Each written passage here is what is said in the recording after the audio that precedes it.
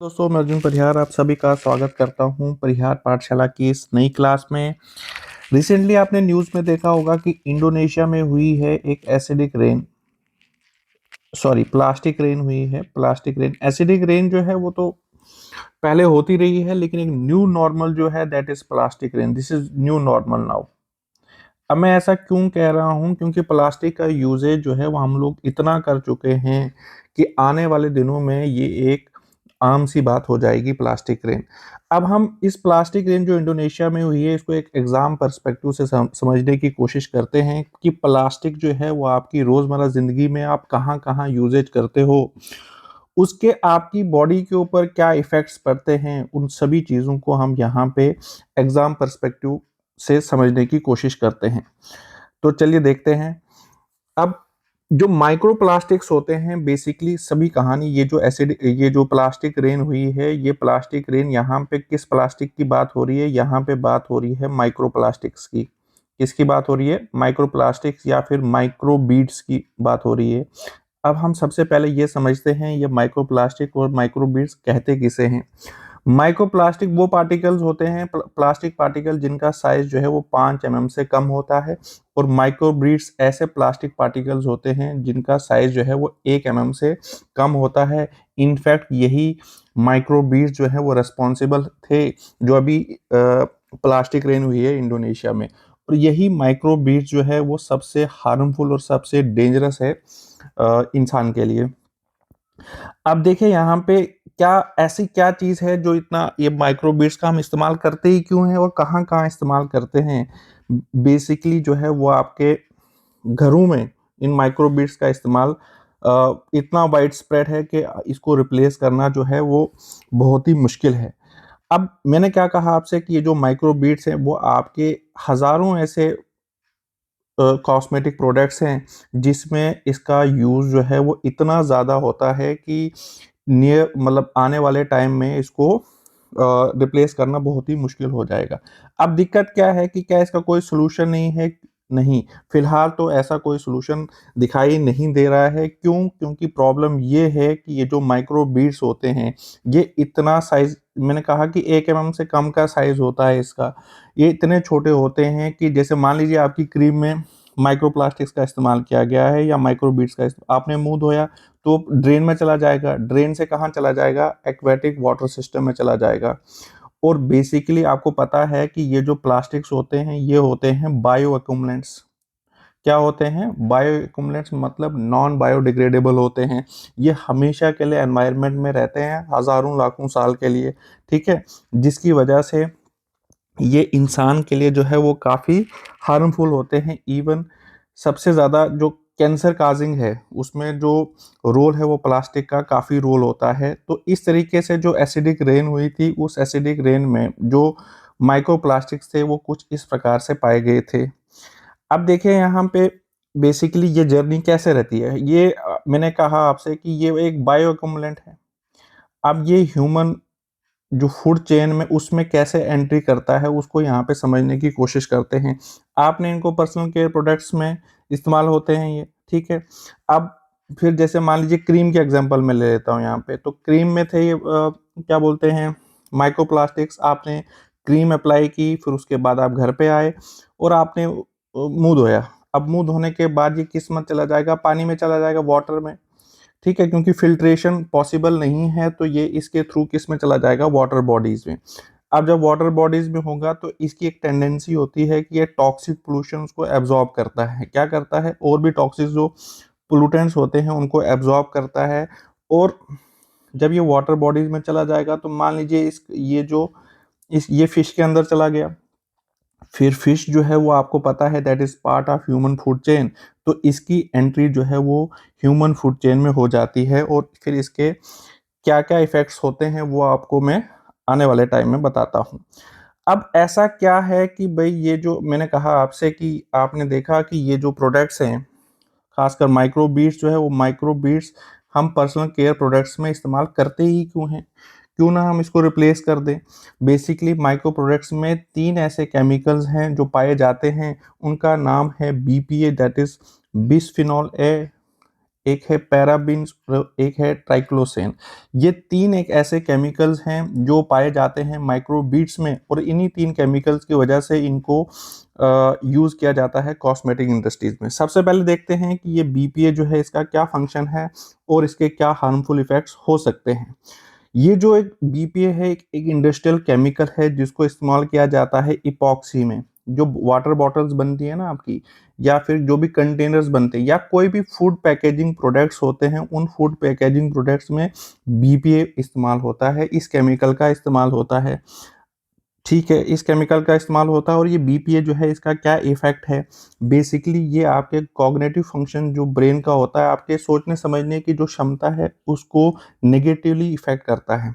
In fact आप में behavioural problems आना शुरू हो जाती हैं।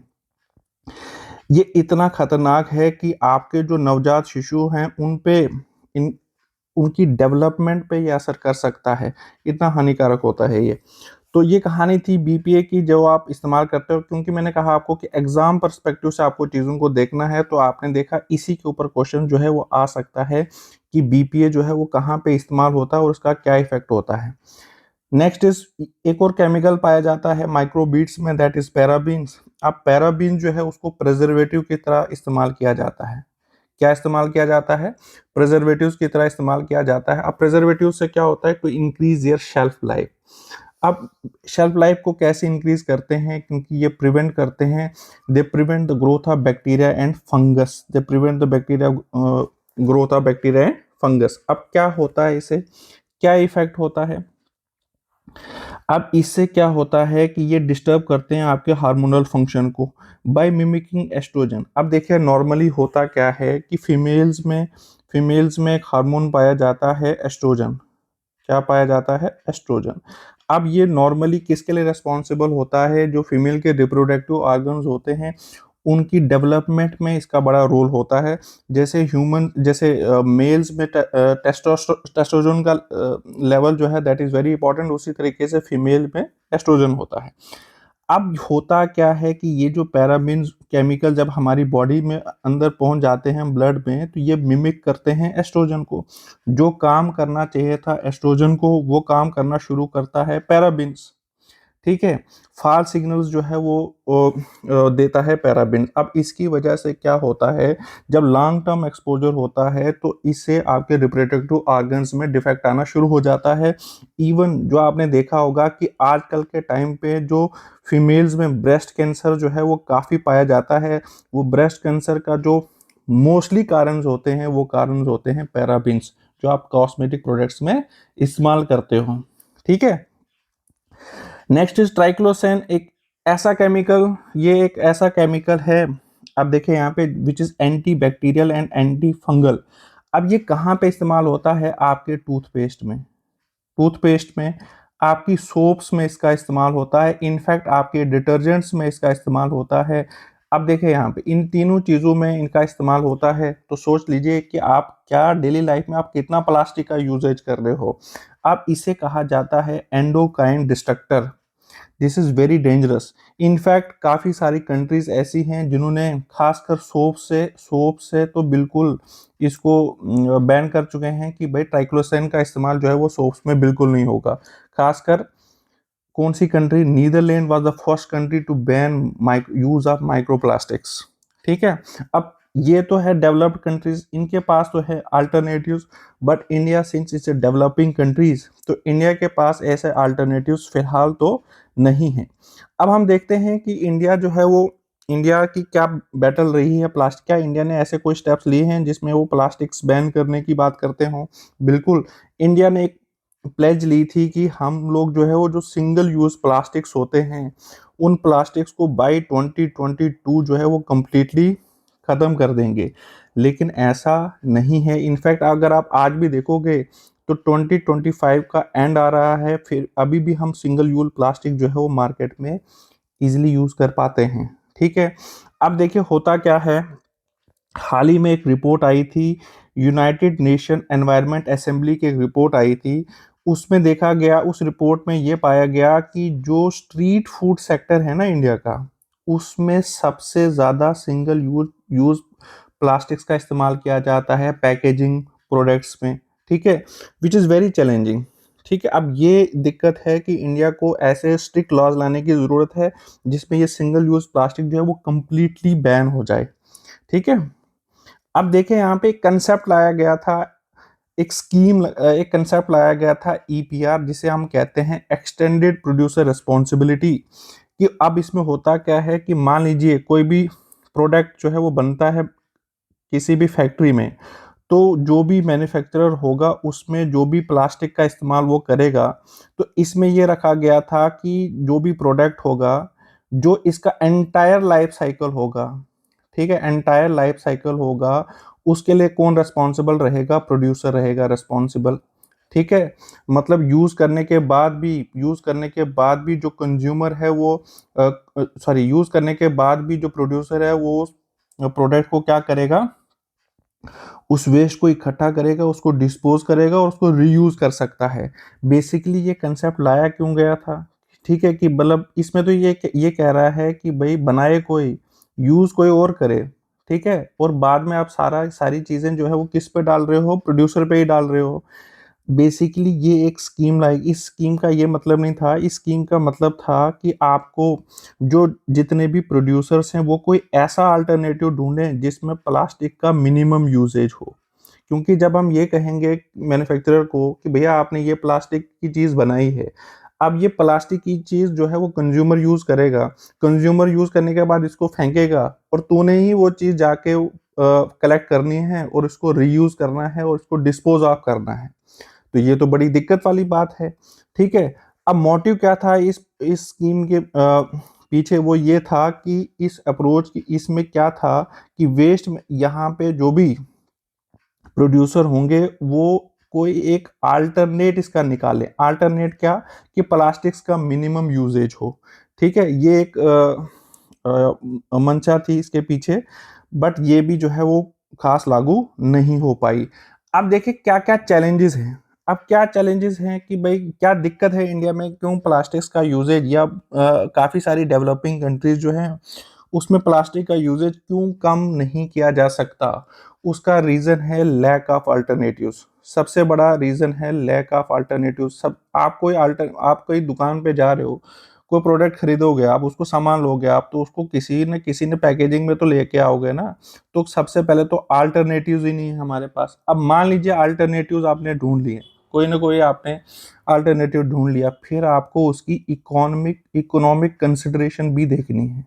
अब डेवलप कंट्रीज में तो ये दिक्कत नहीं है, पैसा बहुत है, लेकिन यहाँ इंडिया जैसी कंट्रीज में या कोई भी डेवलपिंग कंट्रीज में उनको ये देखना पड़ता है कि इसका इम्पैक्ट कितना रहेगा। कहीं चीज़ ऐसा तो नहीं है कि आप 10 रुपए की चीज़ खरीदने के लिए गए और आपको जो लिफाफा लेना पड़ा उसका वही 20 रुपए का है। तो आपको ये भी देखना है कि उसकी इकोनॉमिक कंसिडरेशंस क्या है।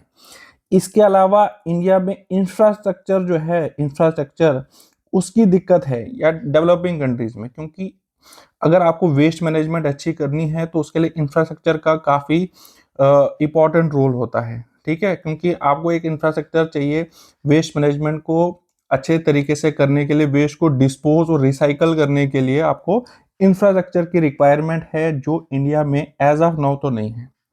ठीक है, अब ये सब चीजें भी कर लो, मान लो हमने अल्टरनेटिव भी ढूंढ लिया, इकोनॉमिक कंसिडरेशन भी कर ली, इंफ्रास्ट्रक्चर भी डेवलप कर लिया, सबसे ऊपर चीज आती है कंज्यूमर बिहेवियर। क्या चीज आती है? Consumer behaviour. मतलब आम लोग, जो आप और मेरे जैसे लोग हैं, क्या वो अपनी बिहेवियर चेंज करेंगे या नहीं? क्या वो ऐसा तो नहीं है कि वो प्लास्टिक, कहीं अगर मान लो चोरी से कोई चीज़ प्लास्टिक बिक रही है तो हमें भी तो है ये चीज़ करनी है कि नहीं, हम लोग ये प्लास्टिक वाली चीज़ नहीं खरीदेंगे या ये प्लास्टिक में चीज़ मैं नहीं लूँगा। तो सबसे बड़ा रोल जो है वो क्या है? कंज्यूमर बिहेवियर का भी रोल है। और ये सब चीज़ें भी देखनी है कि इसका इम्पैक्ट जो है वो लोगों की लिवलीहुड्स पे कैसे पड़ेगा। ठीक है, अब क्या क्या किया जा सकता है? What can be done? Policy maker action. थोड़े से स्ट्रिक्ट लॉज बनाने की ज़रूरत है, स्ट्रिक्ट लॉज बनाने की ज़रूरत है। अगर स्ट्रिक्ट लॉज बनाएंगे तो हो सकता है जो लोग जो हैं उन पॉलिसीज़ को एडहर करने की कोशिश करेंगे। इंडस्ट्रियल स्टेक होल्डर्स को साथ में लेने की ज़रूरत है, जिसमें उनको अल्टरनेटिव्स के लिए इंसेंटिवाइज करने की ज़रूरत है। अगर अल्टरनेटिव्स के लिए इंसेंटिवाइज़ करेगी सरकार, तो हो सकता है कि हम लोग अ अ, कोई नई चीज़ जो है वो निकाल के ले आएँ, ठीक है? इनोवेशन की ज़रूरत है और इसमें जो है वो ह्यूमन बिहेवियर मतलब सिटिज़न्स पार्टिसिपेशन का भी बड़ा रोल रहेगा। तो ये था टॉपिक जिसमें हमने ये समझने की कोशिश की कि जो माइक्रो प्लास्टिक्स हैं वो आपके लिए कैसे हार्मफुल हैं। अगर आपको मेरी क्लास अच्छी लगी होगी तो अगर आप पहली बार आए हैं तो चैनल को कीजिए सब्सक्राइब, ठीक है? और आपको प्लेलिस्ट में जाके एनवायरनमेंट की बाकी क्लासेस भी मिलेंगी। अगर आपको इस क्लास की पीडीएफ चाहिए फ्रॉम एग्जाम पर्सपेक्टिव तो वीडियो के डिस्क्रिप्शन में टेलीग्राम चैनल का लिंक मिलेगा, वहाँ आपको सारी पीडीएफ मिल जाएँगी। Thank you so much.